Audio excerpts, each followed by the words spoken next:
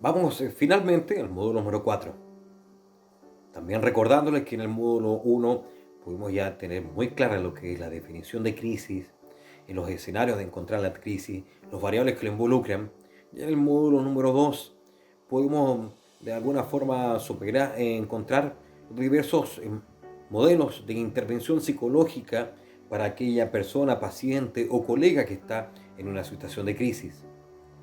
Ya vamos al módulo número 3. Nos hemos encontrado con un concepto súper importante para las herramientas que podemos generar de forma positiva con aquel paciente, usuario o colega, que es la resiliencia. Los tipos de resiliencia, la personalidad de la persona resiliente y las diversas formas o escenarios de cuál puede presentarse la resiliencia. Ahora, ya en el módulo 4, mil disculpas, encontramos con la propuesta de modelo de intervención en crisis. Reiterar que hicimos una selección de diversos modelos, vamos a incluso nombrar algunos autores para que ustedes quisieran indagar aún más. La temática de intervención en crisis ha sido bastante estudiada, lo volvemos a decir, y pues sobre todo en estos momentos de pandemia han llegado bastantes nuevos estudios en donde incluso la Organización Mundial de la Salud está muy atenta a entregar herramientas adecuadas al respecto. Cuando hablamos en toda situación de crisis, aparecen tres áreas fundamentales que nosotros tenemos que tomar en cuenta para la recuperación y adaptación. Tengamos en cuenta cuáles son, en el momento de indagar con aquel paciente la intervención, cuáles son los factores estresantes y cómo esta persona puede reaccionar ante alguna situación de estrés, desde el cual nosotros ya podemos plantearnos cómo podemos trabajar estos lineamientos. Dentro de esto, ¿cómo puede reaccionar la persona al estrés? ¿Cuáles son los estilos de conducta que puede tener esta persona en este afrontamiento?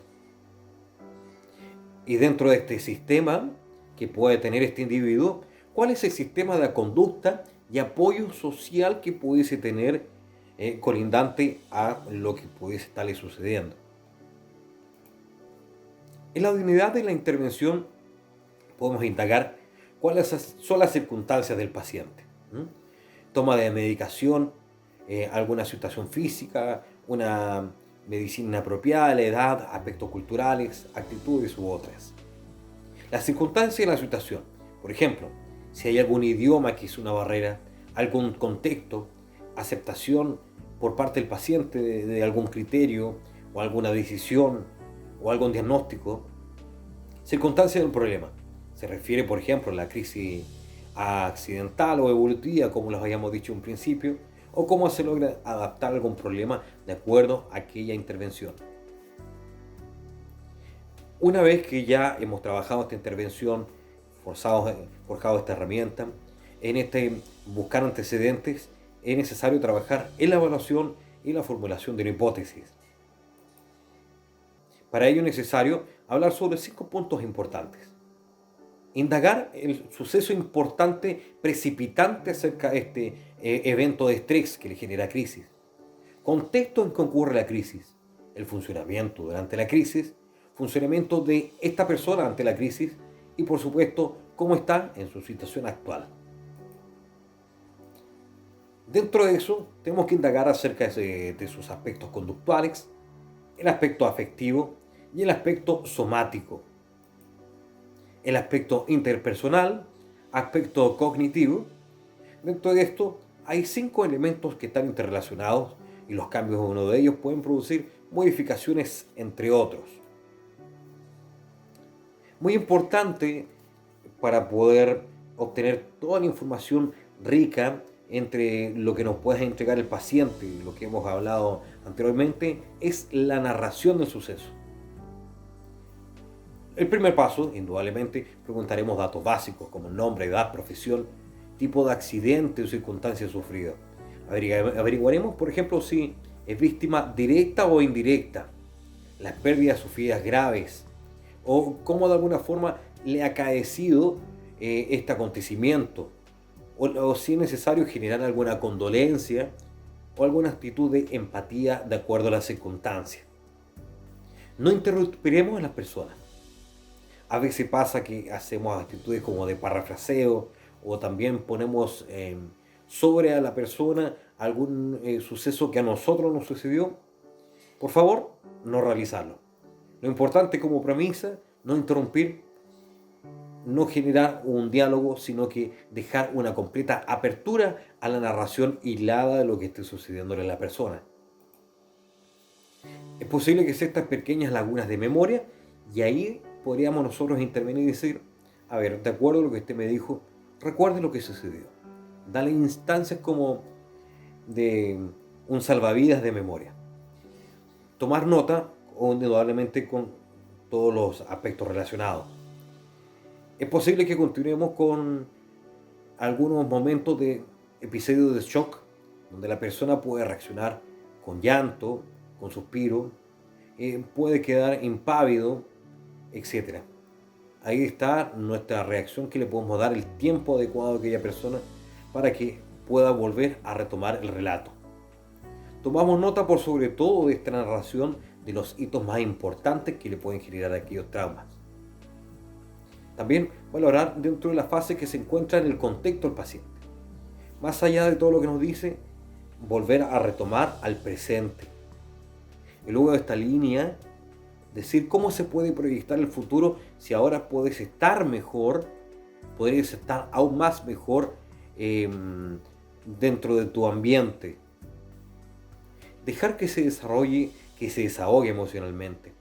Es lo más importante, que la persona pueda liberarse, pueda generar catarsis emocional. Y nosotros también, de alguna otra forma, poder un cierre adecuado, generar un cierre adecuado dentro de este relato de la forma más directiva. Como áreas de resiliencia también destacar el yo soy, yo tengo y yo puedo. Tomando en cuenta que si nosotros estamos generando intervención, estos tres verbos que le dije, yo soy, tengo y puedo, podemos darle a entender a aquella persona que tiene herramientas, que puede salir adelante, que puede ser capaz. Dentro de eso estamos rescatando elementos como de la autoestima, introspección, independencia, capacidad de relacionarse con ellos mismos y con los demás, capacidad de iniciativa, etc. Indagaremos también cómo se siente, qué piensa sobre lo que pasa, intentaremos averiguar sobre aquellos pensamientos irracionales o distorsionados probablemente, el tipo o grado de experimentación de recuerdos, sueños, olores, imágenes, etc. Molestar psicológico y también de sensaciones raras que pueden haber sentido como sensación de irrealidad, desapego de los demás, la sensación de culpa o de incomprensión que puede ser también de forma espontánea, puede salir a flor de piel. Cuestionamientos filosóficos como la existencia, el por qué estoy, por qué quedé yo y no los demás, el valor de las cosas o la desvalorización de las cosas, hiperactivación, estado constante de alerta, cómo duerme esta persona, si tiene pesadillas recurrentes, irritabilidad, descontrol de ira, etc. También podemos ver como manifestaciones psicosomáticas como dolores de cabeza, sueños, mareos, cansancios. O también cómo está su apoyo social. Si abandonó su red de apoyo de amigos, si abandonó sus dinámicas sociales, o si este evento traumático lo vive como algo personal o lo generaliza con su entorno. También terminar la anamnesis completando la historia familiar, el parentesco, su árbol familiar, su historial médico y por sobre todo conocer algunas situaciones críticas anteriores, otro tipo de crisis. Dentro de esto también, punto importante es la valoración. Se debe hacer en contexto de hechos y vivencias. En esta valoración del relato hay que tomar muy en cuenta la coherencia, la confusión, las lagunas del relato y el estado emocional en que se encuentra la persona. Algo que nosotros tenemos que tomar muy en consideración para tener un diagnóstico claro, una hipótesis clara, y lo que podemos seguir realizando y trabajando es la autoculpa, que puede salir de forma espontánea o puede aparecer ya en la segunda sesión. Identificación con las víctimas o con tu entorno que ha sido dañado. La negación la negación a mi yo, negación a mis hechos, grado de exposición al desastre o aquel evento traumático. Y las pérdidas, cómo considera la gravedad de las pérdidas de lo sucedido. La pérdida material, la pérdida efectiva, la pérdida física. Identificación autolítica, no tan recurrente como anteriores, pero puede ser una gran formación, aunque parezca retórica, de villano en extrema medidas de seguridad. Nuevamente vamos con la palabra de cómo se pueda proyectar los planes a futuro. ¿Lo tiene presente o no? Trabajar en eso. Traumatización o incidentes críticos previos. Experimentar eventos estresores hoy puede ser también un ayer o cuando nació muy pequeño, pequeña. Todos estos eventos estresores de mayor o menor siniestro, tenerlos en cuenta.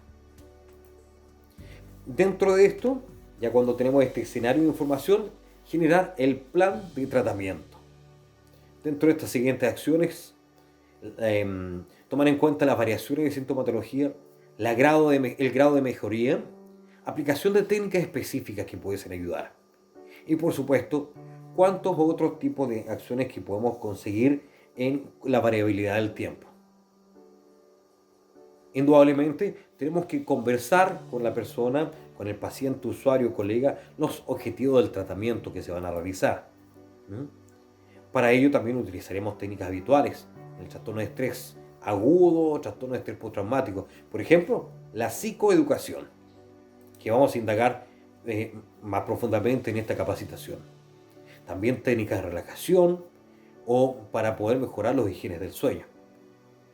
Importante dentro de este plan de tratamiento es trabajar los arranques de ira o de enfado.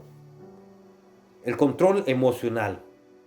También trabajar con técnicas como desensibilización sistemática, exposición y prevención de respuestas. La exposición a experiencias vividas, etc. También para los pensamientos de culpa, desesperación, negación, generalización, atención selectiva, etc., podemos también trabajar la reestructuración cognitiva, pruebas de realidad, reforzar positivamente la aceptación, intención paradójica, cambio de roles, cambio de perspectiva, pensamiento alternativo u otras alternativas más que vamos a entregarles luego.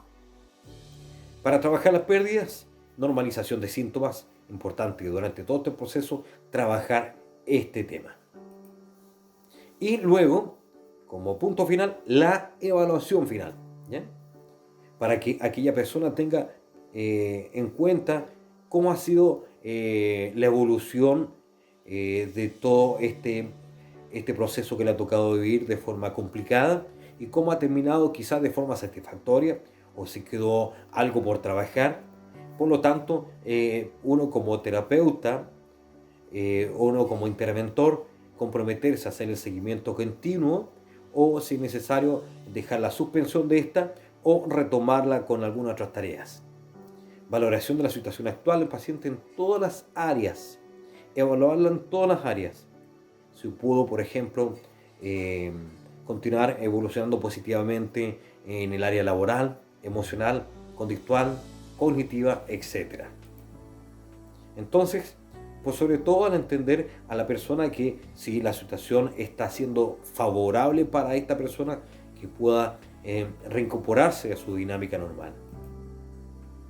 Y también, por supuesto, tomar en cuenta de que dentro de esta evaluación que podemos generar para nosotros como terapeuta, ve si hay alguna crisis que ha sido patologizada. Dentro de eso necesitamos tiempo para poder diferenciarlas y categorizarlas de acuerdo a aquellas reacciones normales dentro de la situación estresante. Si es tal, si nos encontramos con otras situaciones aún más graves, es necesario poder generar una derivación a algún colega para poder generar un plan de intervención aún más profundo. Finalmente, también comentarles de que es necesario entregarle pautas y tareas a revisar a aquel paciente, a aquel usuario, donde, por ejemplo, invitarles a que busquen compañía y poder hablar sus temas, sus emociones, participar en ritos y manifestaciones de duelo según la cultura o religión que esté, escuchar y ayudar a compañeros y amigos. Permitirse sentirse mal, deprimido o indiferente. Pasa que justamente, valga la redundancia en estos sistemas, en esta situación de pandemia, tiende uno a como cohibirse, a reprimirse. Por eso les invitamos a que puedan expresar sus sentimientos. No es malo sentirse mal, sino que indudablemente depende de la temporalidad, pero hay que demostrar, hay que expresar. No evadir el dolor ni el sufrimiento. Realizar ejercicios físicos suaves, alternados con alguna relajación. Estructurar el tiempo y mantenerse, por sobre todo, ocupado de forma positiva.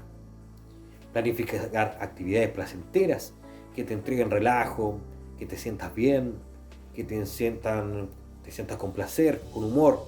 Por ejemplo, ir al cine, paseo con amigos, ir a algún lugar, a la playa, etc. Hacer cosas que te hagan sentir bien, útil y también solidario. Tomar pequeñas decisiones cotidianas, a lo mejor no cambios bruscos, pero que te hagan sentir bien. Descansar lo suficiente es muy importante para que este descanso sea responsable y de acuerdo a que tú te puedas relajar, recuperar tu energía, ya que recordemos que cuando uno está a niveles de estrés, uno no descansa lo suficiente, tu cuerpo no está funcionando bien, tu mente no está funcionando bien, por lo tanto es necesario recuperar también este sueño. Recuperar también el comer bien de forma saludable y de forma regular. Y de esa forma estaríamos terminando los 4 módulos, esperando que ustedes les pueda servir e invitándolos a que puedan profundizar más también acerca de la intervención en crisis. Que esté muy bien.